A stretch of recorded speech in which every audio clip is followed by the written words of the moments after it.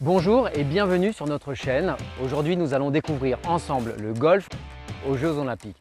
Nous sommes en Savoie, précisément à Aix-les-Bains. Dans cette vidéo, nous allons aborder la définition du golf, les épreuves aux Jeux Olympiques, les règles, le matériel. Et maintenant, j'ai rendez-vous avec François qui va nous présenter son activité pour We Guide You Sport, qui est un site spécialisé dans le sport pour recruter des éducateurs sportifs et trouver des loisirs sportifs. Pour rappel, le golf a été introduit pour la première fois dans les années 1900, puis réintroduit en 2016. Abonnez-vous pour toujours plus de vidéos passionnantes sur le sport.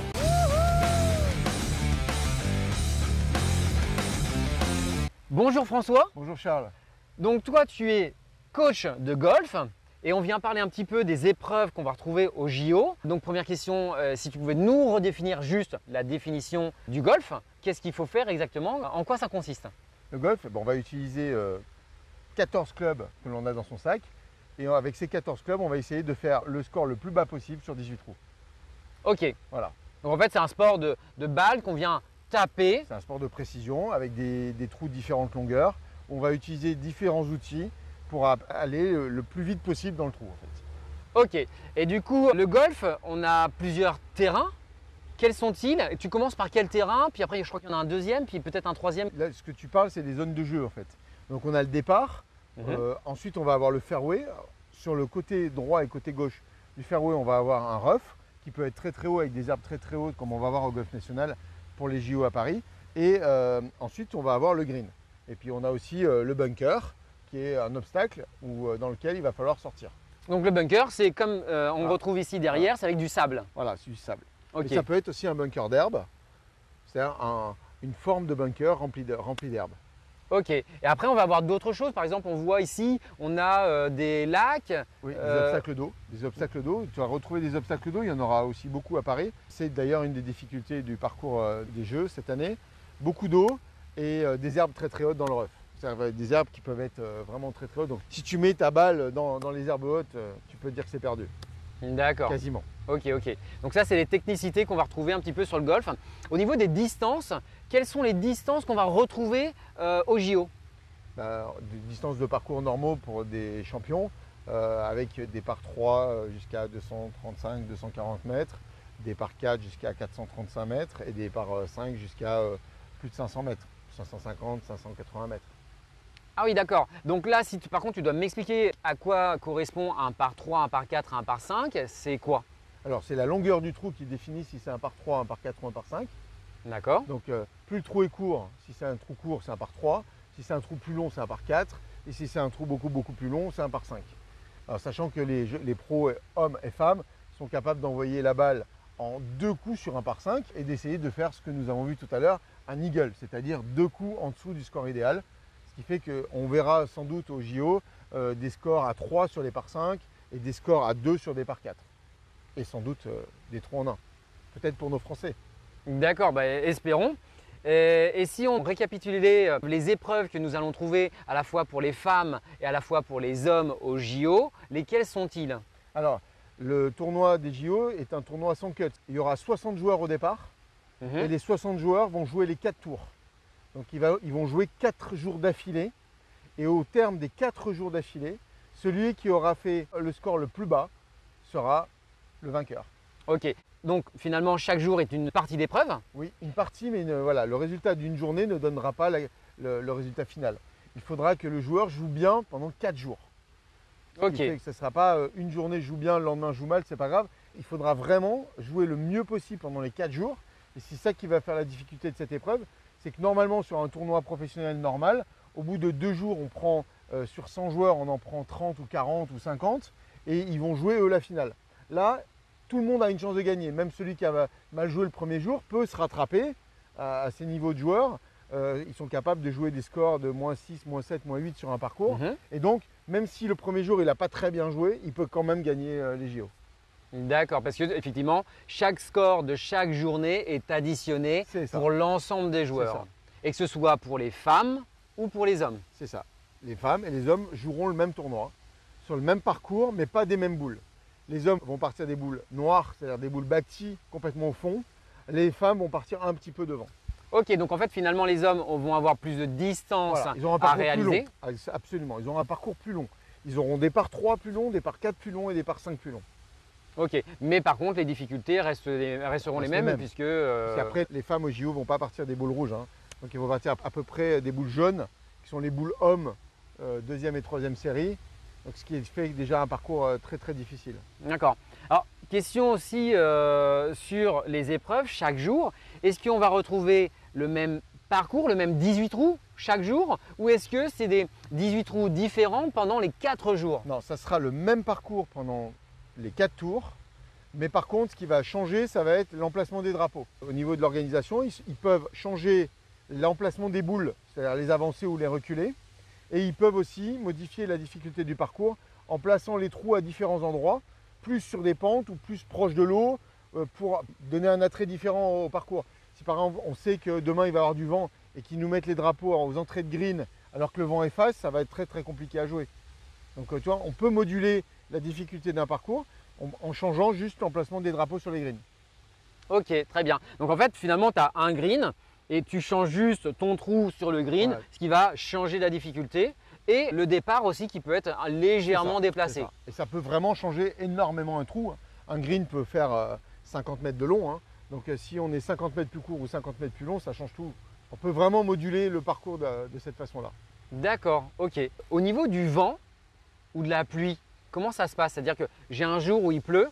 Est-ce que la compétition va être arrêtée comme au tennis? Par exemple, à Roland-Garros, il pleut, on arrête, on reprend. Est-ce que là, pour le golf, c'est la même chose? Ou est-ce que, en fait, peu importe, et dans ce cas-là, quoi qu'il arrive, tu y vas? Et pareil pour le vent. Alors quoi qu'il arrive, il y a un cas pour lequel on arrête le golf, le jeu, c'est l'orage. Parce que avec les clubs en fer, c'est très dangereux, on risque un foudroiement. Donc s'il y a de l'orage, on fait une interruption de jeu qu'on va reprendre après. Donc les joueurs vont marquer leur balle à l'endroit où ils sont et reprendre le jeu après. Ou sinon, si le trou est entouré d'eau. C'est que si sur le green, là où il y a le trou, c'est complètement entouré d'eau, ben, on ne peut plus jouer, puisqu'on ne peut plus accéder au trou. Donc là, maintenant, ils sont équipés, ils ont des rouleaux qui font qu'ils peuvent pousser l'eau, mais l'interruption de jeu va avoir lieu. Et sinon, qu'il pleuve, qu'il vente, on joue au golf.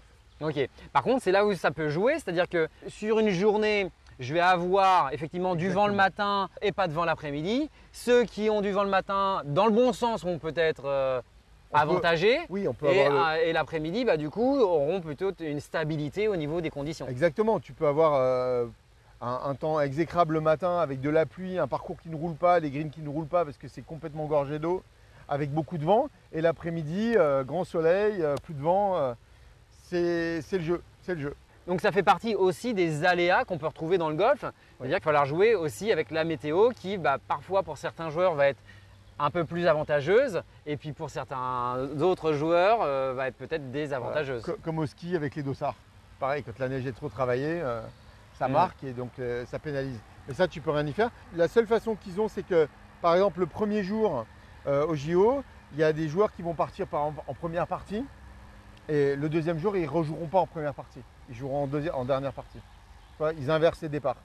De façon à ce que, justement, ces aléas de météo soient un petit peu compensés. Voilà. Donc ça, pour les hommes ou les femmes, pareil. Il y a un tirage au sort, entre guillemets, chaque jour. Voilà. Le tirage au sort du premier tour, il sera inversé le deuxième tour. D'accord. Ils ne partiront pas à la même heure, si tu veux, pour faire simple. Au niveau de la sélection des joueurs, comment ça se passe? Alors, sur la sélection des joueurs, ça a été chez les hommes et chez les femmes fait de la même façon. Il y a 60 joueurs qui sont pris pour faire les JO et ils ont été sélectionnés sur 2 années. Donc ça veut dire que ça fait 2 ans que quand ils jouent les pros jouent des tournois, en fait ils marquent des points au ranking mondial et donc il y a un classement qui a été fait la semaine dernière et qui donne donc les 60 meilleurs joueurs du monde chez les hommes, 60 meilleurs joueurs femmes et qui donne donc un classement. Et donc à aujourd'hui, on a Victor Pérez et Mathieu Pavon chez les hommes qui défendront les couleurs de la France. Pour 2024. Pour 2024 à Paris au Golf National. Et chez les femmes, on aura Céline Boutier et Perrine Delacour. Voilà, qui sont les 2 seules joueuses françaises qui sont dans les 60 meilleures. Voilà. Ok, et qui ont mis 2 ans pour se qualifier. Voilà, qui ont mis 2 ans à force de travail, d'acharnement et puis je pense d'envie, parce que je pense que tous ont envie de d'arriver à jouer les JO. Mais je dirais une note un peu plus spéciale pour Céline Boutier qui a été numéro 2 mondial cette année. Et c'est la première fois qu'une femme française est numéro 2 mondial.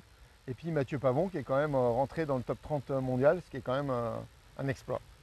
Ok. Bonne chance à eux. Bon bah ça c'est cool. Bon, en tout cas, moi je te remercie, j'étais très content d'apprendre tout ça sur le golf, puisque c'était un petit peu nouveau et puis surtout c'est que les gens comprennent à quoi ça va correspondre, qu'est-ce qu'ils vont retrouver et quelles sont les différentes règles et que bah, ça répond en tout cas à toutes les questions.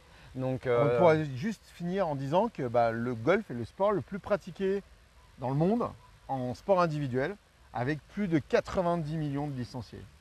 bah, ça c'est une belle performance Voilà. déjà. C'est déjà une belle performance. Alors en France, on a du mal à s'élever, mais c'est quand même un sport qui est énormément pratiqué dans le monde. Ok, bah ça, bon, en tout cas en plus c'est un sport magnifique puisqu'on est souvent dans un cadre magnifique. Un vrai jardin. Voilà, un vrai jardin, bien taillé tous les jours. Oui. On a. Ils ne sont pas tous comme celui-là. Hein. Celui-là est vraiment un petit jardin. C'est une petite pépite avec ses mains. Hein. Oui, et puis c'est aussi l'avantage de ce genre de sport qui se font en pleine nature. Donc ça c'est top, c'est magnifique. C'est un golf qui a quand même une histoire, créé en 1895. C'est un des plus vieux golfs français. Ok, bon bah très bien. Bah, en tout cas, je te remercie beaucoup François, qui est François coach de golf. À Aix-les-Bains. Voilà, à Aix-les-Bains.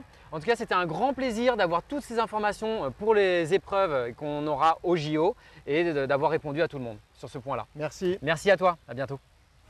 WeGuideYou permet de recruter des éducateurs sportifs et de vérifier leurs documents légaux. WeGuideYou permet aux éducateurs sportifs de trouver un job, un emploi et d'indiquer leur disponibilité. Et WeGuideYou permet aux particuliers de trouver des activités sportives. Vous êtes éducateur sportif, un club, vous souhaitez vous aussi faire découvrir votre sport sous forme de reportage, contactez-nous sur weguideyou.com ou au 06 66 00 96 59.